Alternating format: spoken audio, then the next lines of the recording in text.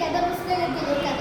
പ്രിയ DCL കുടുംബാംഗങ്ങളെ, ഇടുക്കി ജില്ലയിലെ Prakash city എന്ന എൻ്റെ കൊച്ചു ഗ്രാമത്തിലെ പ്രഭാത് പബ്ലിക് ലൈബ്രറി എന്ന ഞങ്ങളുടെ വായനാശാലയിൽ അപ്പൻ ഞങ്ങൾക്ക് അംഗത്വം എടുത്തു തരുന്നത് ഞങ്ങൾ 4ാം ക്ലാസ്സിൽ പഠിക്കുമ്പോഴാണ്.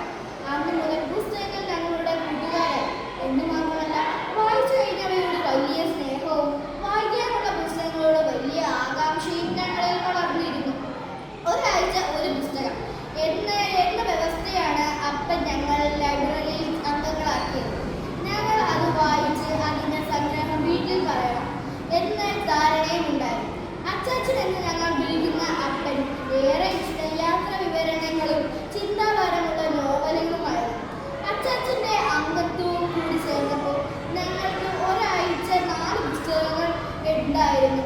ഞങ്ങൾ ബാലസാഹിത്യവും ശാസ്ത്ര നോവലുകളും കവിതകളും നോവലുകളും വായിക്കാൻ അപ്പൻ നിരന്തരം നിർബന്ധിച്ചു. എഴുത്തുകാരുടെ പേരും അവർ എഴുതിയ മറ്റു കൃതികളും അച്ചാച്ചൻ ചോദിച്ചു. ബഷീറിൻ്റെ ബാബു പോലും ലളിതാംബിക അദംജനി എന്ന മാണികയുമെല്ലാം വായിച്ച് ഞങ്ങൾ വിതുമ്പി കരഞ്ഞത് എത്ര ദിനാന്തങ്ങൾ. വേണു കൃഷ്ണൻ, തോമസ് പാലായി തുടങ്ങിയവരുടെ ഹാസ്യഗ്രന്ഥങ്ങൾ വായിച്ച് ചിരിച്ചു നടന്ന് രസിച്ചും എല്ലാം ഇന്നലത്തെ പോലെ ഓർക്കുന്നു. എന്നാൽ മുതിർന്നപ്പോൾ ഞങ്ങളുടെ ഒരു കാര്യം തിരിച്ചറിഞ്ഞു. ലൈബ്രറിയിൽ നിന്ന് ഞങ്ങൾക്ക് കഥാപുസ്തകങ്ങൾ എടുത്തു തന്നിരുന്ന ചാച്ചൻ്റെ ഒരു ഒന്നാന്തരം കഥാപുസ്തകമാണ്. എന്നാൽ അപ്പൻ എടുത്തിരുന്നത് കഥാപുസ്തകം വായിക്കുന്നതോടൊപ്പം അപ്പൻ എൻ്റെ കഥാപുസ്തകം കഥയും ഞങ്ങൾക്ക് വായിക്കണമെന്ന് ബാല്യത്തിൽ അപ്പൻ ഞങ്ങൾക്ക് ബാലസാഹിത്യവുമായിരുന്നു.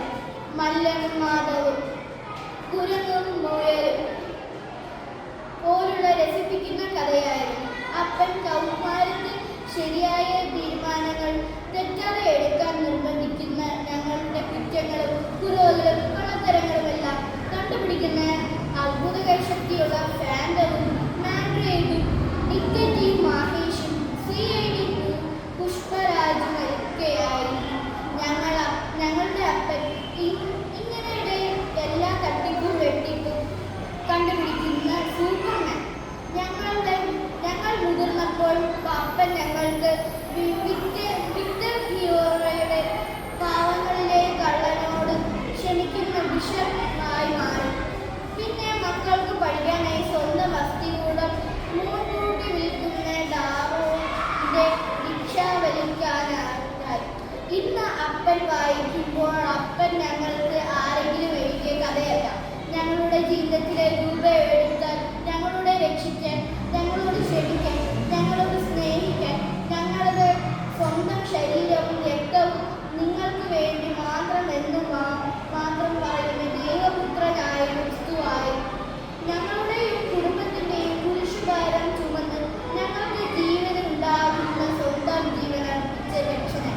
2026 ജനുവരി 17 ഞങ്ങളുടെ അച്ചാച്ചൻ ഈ ലോകത്തിൽ നിന്ന് സ്വർഗത്തിലേക്ക് യാത്രയായി. ഇന്ന് വരെ ഞാൻ എഴുതിയ കൊച്ചേട്ടൻ്റെ കത്ത് എല്ലാം വായിച്ച് അഭിപ്രായം പറഞ്ഞ അച്ചാച്ചൻ എനിക്ക് അക്ഷരത്തെറ്റില്ലാതെ പുസ്തകം അപ്പൻ എന്ന ഗ്രന്ഥവും ഈ തിക്തഗന്ധം എൻ്റെ ജീവിതത്തിലെ സുഗന്ധമാണ്.